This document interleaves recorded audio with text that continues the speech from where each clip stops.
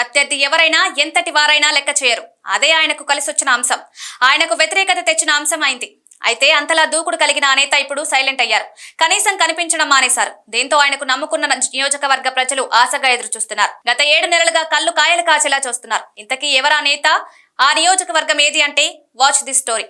గుడివాడ అంటే ముందుగా గుర్తొచ్చేది కొడాలి నాని. తెలుగు రాష్ట్రాల్లో ఆ పేరు తెలియని వారుండరు. నందమూరి తారక రామారావు సొంత నియోజకవర్గం గుడివాడ. అటువంటి గుడివాడను కేర్ ఆఫ్ చేసుకుని తన 2 దశాబ్దాలుగా రాజకీయం చేశారు కొడాలి నాని. ఒక హవా చెలాయించారు. కొడాలి నాని అడ్డా అంటూ సవాల్ చేశారు. అటు గుడివాడ ప్రజలు సైతం కొడాలి నానిని ఎంతగానో ఆదరించేవారు. అందుకే ఎంతమంది వచ్చినా, ఎన్ని రకాల ప్రయత్నాలు చేసినా కొడాలి నాని ఎప్పుడు ఓడిపోలేదు, ఓటమి చవి చూడలేదు. అందుకే ఆయన పెద్ద పెద్ద ప్రకటనలు చేసేవారు. పెద్దలతో సైతం వ్యక్తిగత వైరం పెట్టుకునేవారు. కానీ కాలం ఒకలా ఉండదు కదా. ఈ ఎన్నికల్లో ఘోర పరాజయం ఎదురైంది. దాన్ని జీర్ణించుకోలేని కొడాలి నాని ఇప్పుడు పూర్తిగా సైడ్ అయ్యారు. కనీసం ఎక్కడున్నారో తెలియడం లేదు. పక్క రాష్ట్రాల్లో రియల్ ఎస్టేట్ బిజినెస్ చేసుకున్నట్లు వార్తలు వస్తున్నాయి. కానీ తనను నమ్ముకున్న వైసీపీ శ్రేణుల పరిస్థితి మాత్రం ఆయన పట్టించుకోలేదు. కనీసం వారి గురించి ఆలోచన చేయడం లేదు. తెలుగుదేశం పార్టీలో అనూహ్యంగా వెలుగులోకి వచ్చారు కొడాలి నాని. 99 ఎన్నికల్లో రావి వెంకటేశ్వరరావు అక్కడి నుంచి గెలిచారు.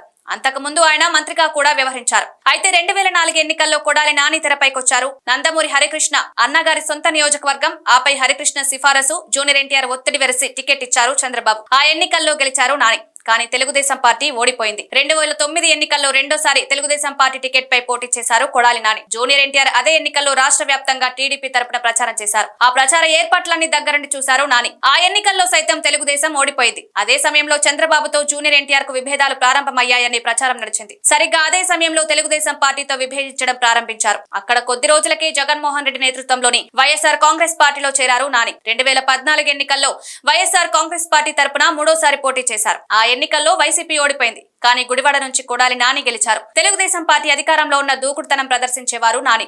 అందుకే వైసీపీలో ఆయనకు ప్రత్యేక స్థానం ఏర్పడింది. చంద్రబాబుతో పాటు లోకేష్ లపై విమర్శలు చేయాలంటే నాని రంగంలోకి దిగాల్సిందేరన్న టాక్ వైసీపీలో వినిపించేది. 2019లో నాని మంత్రి అయ్యేసరికి ఆయన దూకుడు మరింత పెరిగింది. చంద్రబాబుతో పాటు లోకేష్ లపై వ్యక్తిగతంగా విరుచుకుపడ్డంలో ముందుండేవారు. అసలు తెలుగుదేశం పార్టీ గెలవదని, చంద్రబాబు గెలిచే ఛాన్స్ లేరని, చంద్రబాబు గెలిస్తే ఆయన బూట్ కారును సైతం తుడుస్తారని చెప్పుకొచ్చారు. కానీ ఎన్నికల్లో వైసీపీ ఓడిపోయింది.